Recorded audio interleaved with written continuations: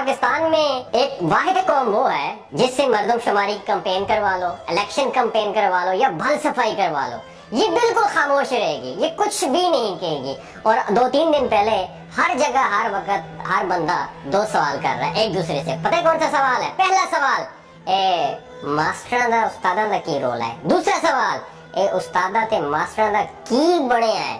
दोस्तों, मैं आज इन 2 सवालों के जवाब देने की कोशिश करूंगा। सबसे पहले तो ये असातिज़ा का मसला बिल्कुल भी नहीं है, बल्कि ये 2 ताकतवर इदारे छोड़कर बाकी तमाम मुलाजिमीन का मसला है। इसमें आप भी शामिल है, मैं भी शामिल हूँ। मसला ये है कि मुलाजिमीन को नौकरी देते वक्त आइन ने जो हकूक दिए थे, अब वो तमाम हकूक खत्म किए जा रहे हैं।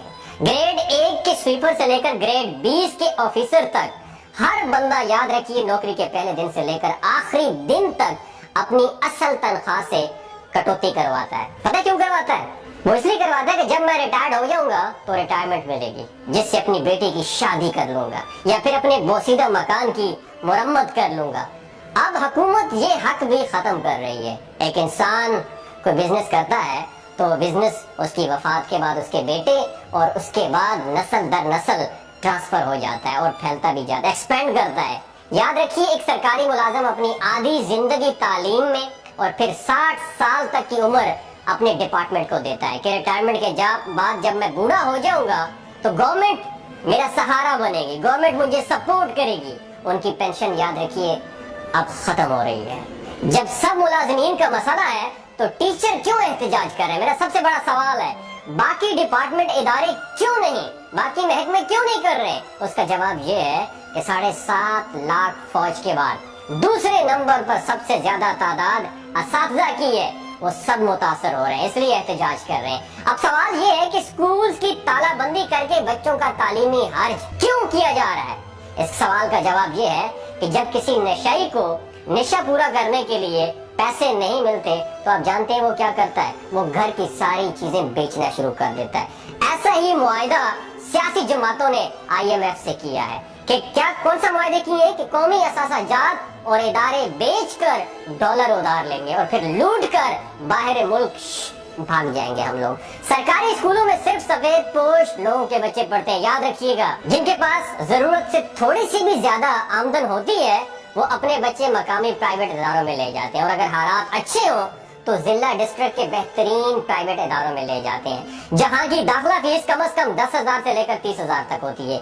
ये बातें मैं फर्जी कहानियां नहीं बता रहा हूँ, मैंने भी एक सरकारी जॉब की है, मुझे भी पेंशन मिल रही है। और मैं ये अपने लिए नहीं, मैं तमाम असातिज़ा के लिए चीख रहा हूँ, तमाम इदारों के लिए चीख रहा हूँ जिनकी पेंशन खत्म हो रही। मैं अल्हम्दुलिल्लाह अच्छा खासा कमा रहा हूँ, पेंशन ना भी हो तो कोई फर्क नहीं पड़ता, लेकिन उनके लिए जरूर बोलूंगा जिन्होंने हमें अपने पांव पे खड़ा किया, जिन्होंने हमें जीना सिखाया। याद रखिए, सरकारी मुलाजमत को, कचरा हुकूमत को ये टास्क दिया गया है कि सरकारी स्कूल्स को बेच दो, प्राइवेटाइज कर दो।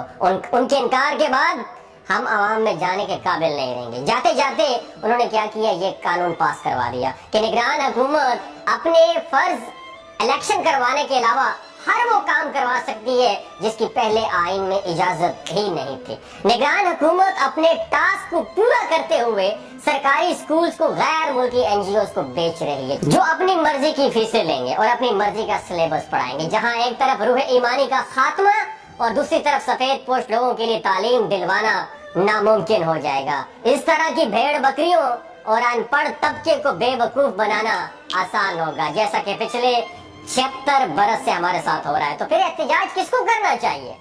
क्या तालीम सिर्फ मुलाजिमीन ने अपने बच्चों को दिलवानी है? अगर तो बाकी आवाम भेड़ बकरियां हैं तो फिर बाकी मास्टरां दा रोला है। अगर नहीं है तो ये रोला आप सबका है, ये रोला मेरा है, इस रोले को अपना समझिए। याद रखिए दोस्तों, बिलाशुबा किसी कौम की तरक्की का राज उसकी इल्मी इस्तादाद में पिन्हा होता है, और तालीम के मैदान में आगे बढ़ना और काबिल और मुखलिस असातिज़ा के बगैर बिल्कुल भी मुमकिन नहीं है। बदकिस्मती से हम तो इस राज को ना समझ पाए, लेकिन अहले मगरिब ने उस्ताद की अहमियत को खूब जाना और दिल से माना है। इसकी एक खूबसूरत और अच्छी मिसाल मैं आपके सामने पेश करना चाहता हूँ, जो कि मशहूर दानिश्वर मेरे उस्ताद मोहतरम अशफाक अहमद ने बताई थी। वो बताते हैं कि जब मैं इटली के शहर रोम में मुकीम था तो एक बार अपने जुर्माना बर वक्त अदा ना करने पर मुझे मजिस्ट्रेट की अदालत में पेश होना पड़ा। जब जज ने मुझसे पूछा कि जुर्माने की अदायगी में ताखीर क्यों की, तो वो कहते हैं कि मैंने बताया कि आई एम अ टीचर, मैं टीचर हूँ और कुछ दिनों से मसरूफ था, इसलिए जुर्माना अदा नहीं कर पाया।